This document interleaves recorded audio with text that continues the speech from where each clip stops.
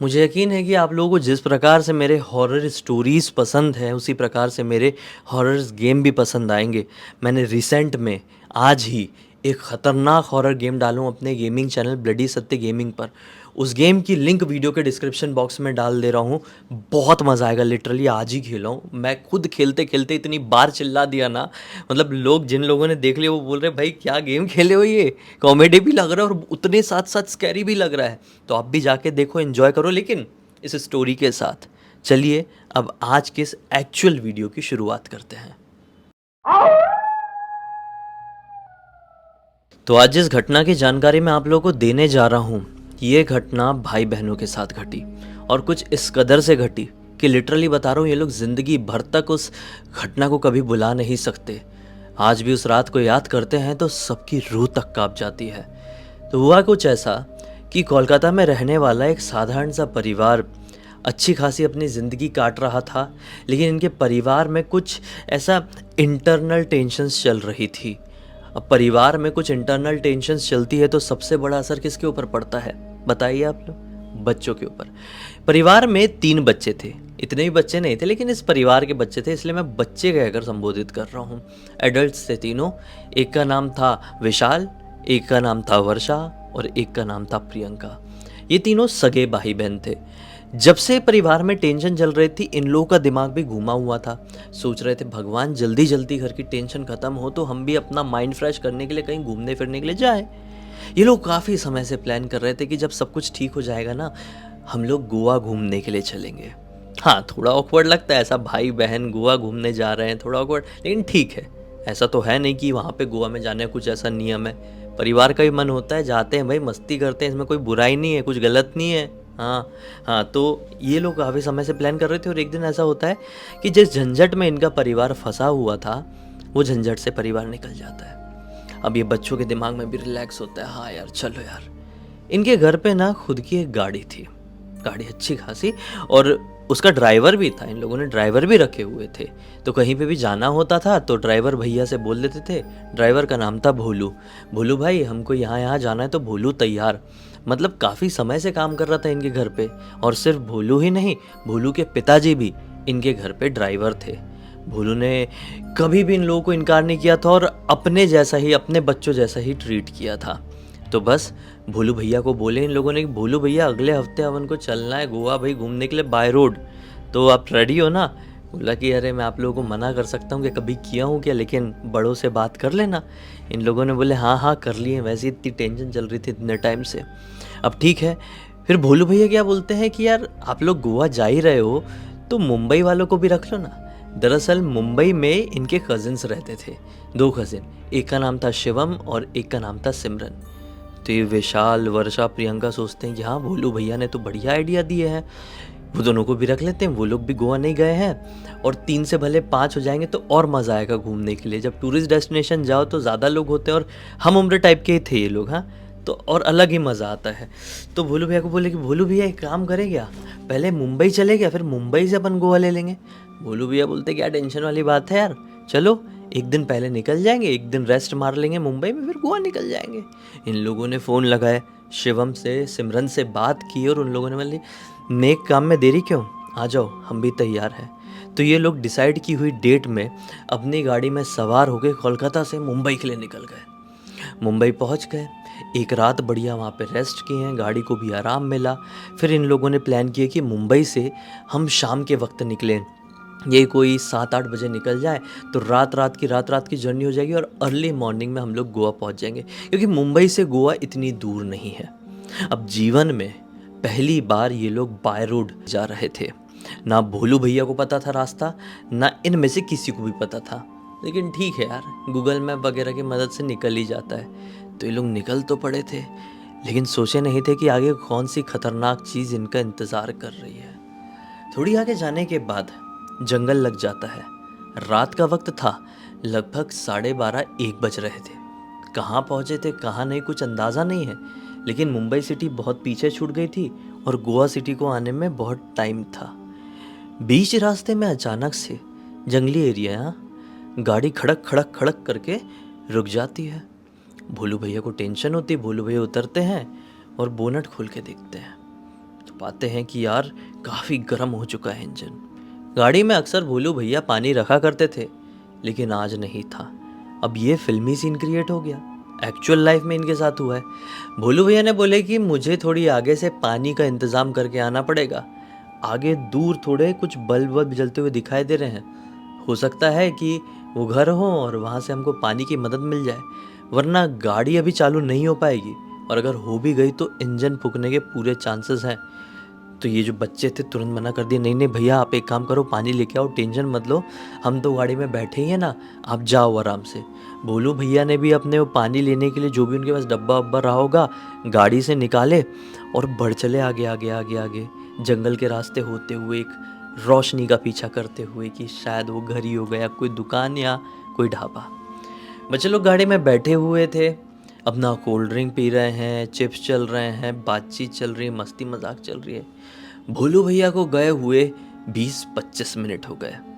इन लोगों ने बोले कि यार अब गाड़ी में बैठे बैठे घुटन जैसी हो रही, थोड़ा उतर जाते हैं। ठीक है, उतरने से पहले थोड़ा डर रहे थे क्योंकि ये खुली सुनसान सड़क है, घना जंगल है और बहनें हैं साथ में, लेकिन फिर भी शिवम और विशाल दोनों दबंग टाइप के लड़के थे थोड़ा, तो इनके होते हुए इनकी बहनों को कोई टच भी नहीं कर सकता था, कोई बुरी नज़र से देख भी नहीं सकता था, इसकी श्योरिटी थी इनके पास। सब उतर गए गाड़ी से और उतर के थोड़ा फैल के इधर उधर अपना मोबाइल चलाने लगे।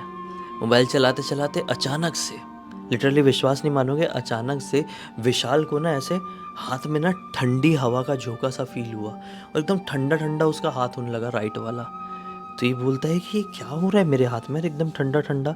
तो इसने अपने भाई बहन कजिन लोगों को बताया कि यार मेरे हाथ में ऐसा फील हो रहा है अचानक से ठंडा ठंडा, तुम लोग को भी फील हो रहा है क्या?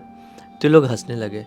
अरे बोले गर्मी का टाइम में तुझे क्या ये सब फील हो रहा है, क्या कुछ भी बता रहा है। हंसने लगे, इसका थोड़ा सा मजाक उड़ा दिए कि भूत भूत ऊत की पिक्चर देखता है, वही दिमाग में बैठा रहा है, हमको डराने की कोशिश कर रहा है, छोड़ चलो अंदर बैठते हैं। ये लोग अंदर बैठने जाने लगे, सब कजिन लोग। लेकिन विशाल को आई सूसू।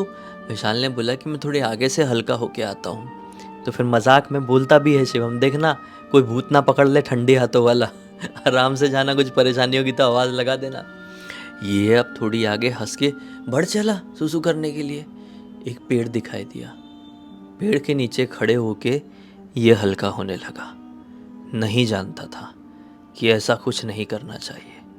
ये हल्का हुआ ही था, लगभग आधा। जोर का धक्का पड़ा पीठ में, मुंह के बल गिरा अपनी सुसु के ऊपर, दिमाग खराब। लेकिन उसके बाद क्या हुआ, तुरंत पलट के देखा कि कोई भी नहीं है। इसने अपने आप को झड़ाया वड़ाया कि बोला ये क्या हो गया यार मेरे साथ। झड़ा वड़ा के ये थोड़ा आगे की तरफ बढ़ा। सारे लोग तो गाड़ी में सवार है और इतना घटिया और भद्दा मजाक मेरे साथ कोई नहीं करेगा। विशाल को इस बात की गारंटी थी।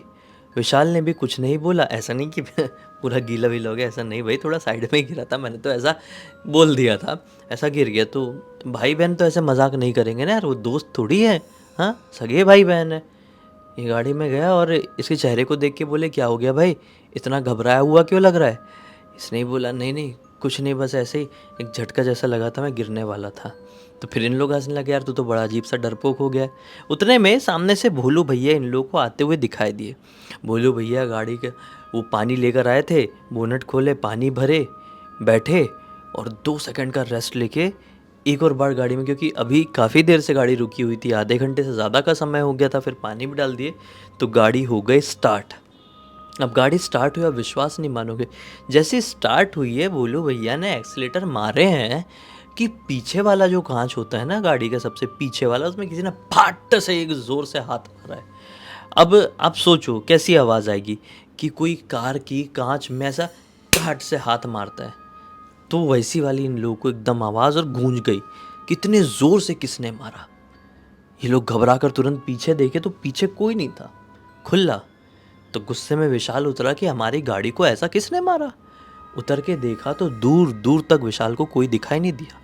विशाल और आगे बढ़ा और जहाँ पे हाथ से मारा गया था वो कांच वाले पोर्शन में उसने बड़े ध्यान से देखा तो क्या पाया, किसी ने लिटरली खून से भरा हुआ पंजा अगर ऐसा मारा हो तो कैसा छपेगा कांच के ऊपर, वैसा छप गया। विशाल घबरा गया, तुरंत चिल्ला के भोलू भैया और अपने भाई शिवम को बुलाया कि अरे अरे भोलू भैया, शिवम भाई जल्दी आओ, देखो इधर पे क्या सीन है, अपनी गाड़ी पे किसने ऐसा हाथ मारा है।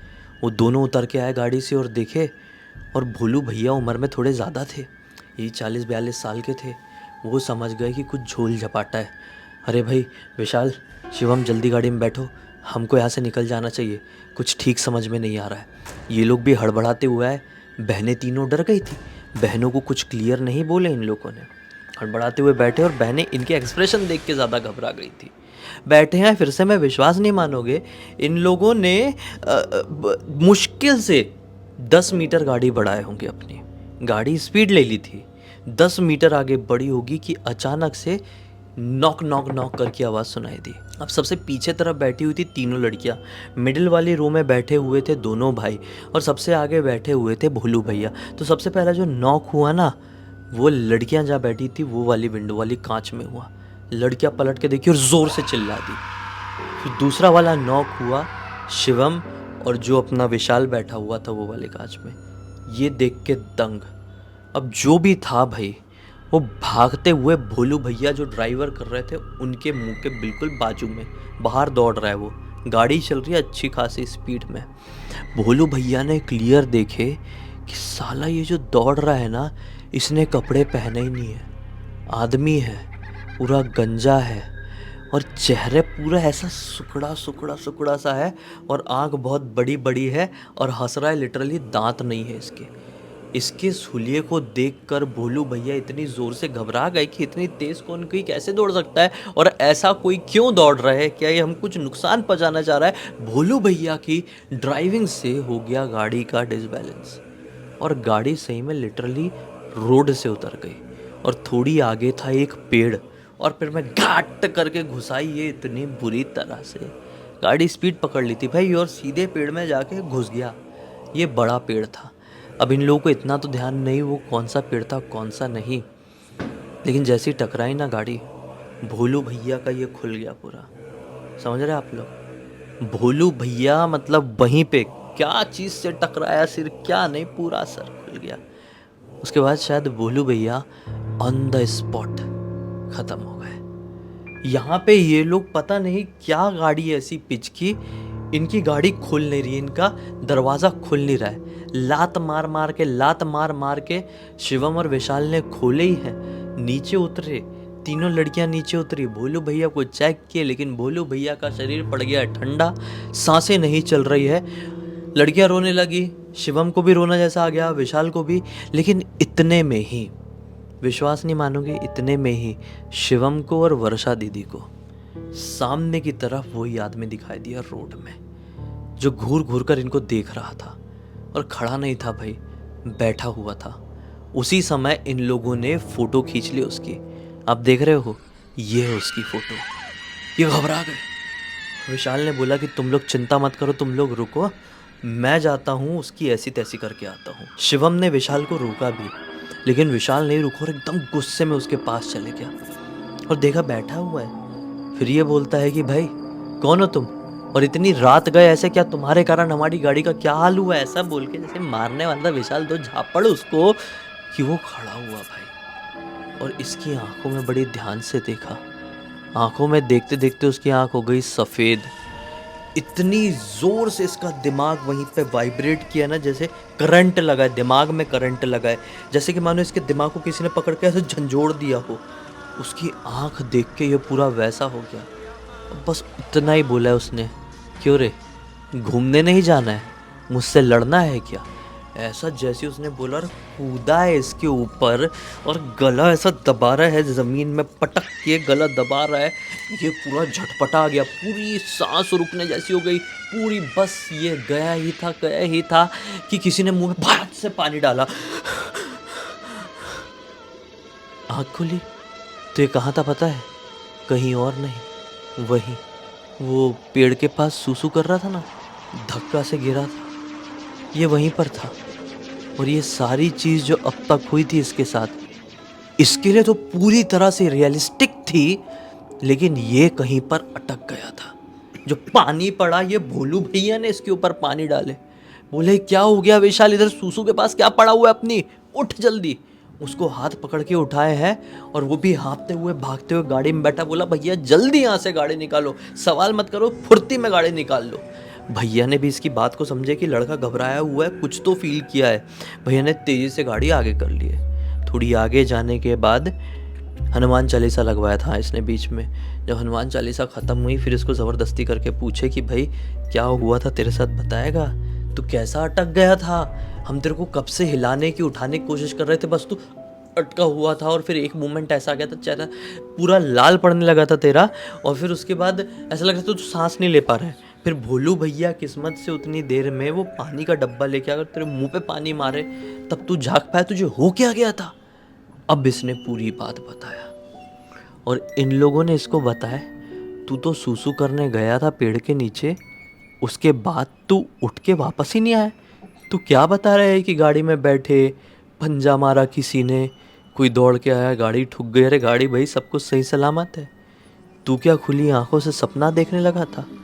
फिर उतने में ही भोलू भैया क्या बोलते हैं, वो खुली आंखों से सपना नहीं था। मैंने नोटिस किया जिस पेड़ के नीचे खड़े होके ये सूसू कर रहा होगा ना, वो पेड़ नॉर्मल नहीं था। वो पेड़ एक पुराना सा इमली का पेड़ था। कहा जाता है कि इमली के पेड़ में चुड़ैलें वास करती है या तो फिर ब्रह्म राक्षस, और शायद उस पेड़ में किसी का वास था। और तुम यार किसी एक पेड़ के नीचे कभी ये सब नहीं करना चाहिए। थोड़ा इतना तो दुनिया की चीज़ सुनते आते हो, तुमने वो किए और वो चीज़ को क्रोध आ गया ऑन द स्पॉट। तुम्हारी जान निकल गई होती अगर हम लिटरली बजरंगबली का नाम लेके तुम्हारे मुंह पे पानी ना फेंके होते। इसकी जान में जान आई कि थैंक यू सो मच भैया, आपने जान बचा ली, नहीं तो आज गेम ओवर था मेरा। ये लोग पहुँचे हैं गोवा की अपनी ट्रिप पूरी करे और लौट गए। बहुत दिनों तक अपने मम्मी पापा को कुछ नहीं बताया, भोलू भैया ने भी नहीं बताया। फिर खुद एक दिन ऐसा किया विशाल का मन कि एक दिन बताता हूँ यार मम्मी को, क्योंकि ये घर वाले भी बहुत दिनों से टेंशन में थे ना, कुछ समय पहले तो ये ठीक हुए थे। फिर मम्मी को बताया तो मम्मी ने बोली कि शुक्र है भगवान का भाई, घर पे एक पूजा कराते हैं भगवान का धन्यवाद के नाम पे कि हमारे लड़के की जान बच गई, आज सब कुछ ठीक है। लेकिन आज भी कोई भी इसको बताता है कि भाई तू कुछ नहीं हुआ था तेरे साथ, इसको यकीन नहीं होता है। ये जो कुछ भी इसने बताया कि ऐसा ऐसा हुआ था, इसको पूरा रियलिस्टिक लगता है। एक्चुअल में तो ये सूसू करते करते जो गिरा धक्का पड़ने के बाद ये उठ ही नहीं पाया था। ये भोलू भैया के पानी डालने के बाद ही उठ पाया। मतलब समझे आप कहानी को, थोड़ी घुमावदार थी लेकिन अरे बाप रे क्या थी ये कहानी। खैर इस पूरी घटना की जानकारी मुझे किसी और ने नहीं, विशाल ने ही इंस्टाग्राम पर लिख कर भेजा। मैंने सोचा आप लोगों को कहानी बताऊं जिससे आपको एक खतरनाक लेवल की सीख मिलेगी, एक जानकारी मिलेगी। इसी बात पे अब तक इस वीडियो को देखे हैं तो लाइक ज़रूर कर देना, चैनल को सब्सक्राइब करके बेल आइकन दबा के ऑल के ऑप्शन में क्लिक करना, क्योंकि इसी तरह के हैरान कर देने वाले खौफनाक वीडियोस डेली आप लोग के सामने लेके आता रहता हूँ। इंस्टाग्राम की लिंक इस वीडियो के डिस्क्रिप्शन बॉक्स में मिल जाए, क्लिक करके डायरेक्टली वहाँ पर पहुँच जाना। और इसी तरह की कोई भी कहानी, टॉपिक या जानकारी आप लोगों के पास भी है तो लिख भेजना।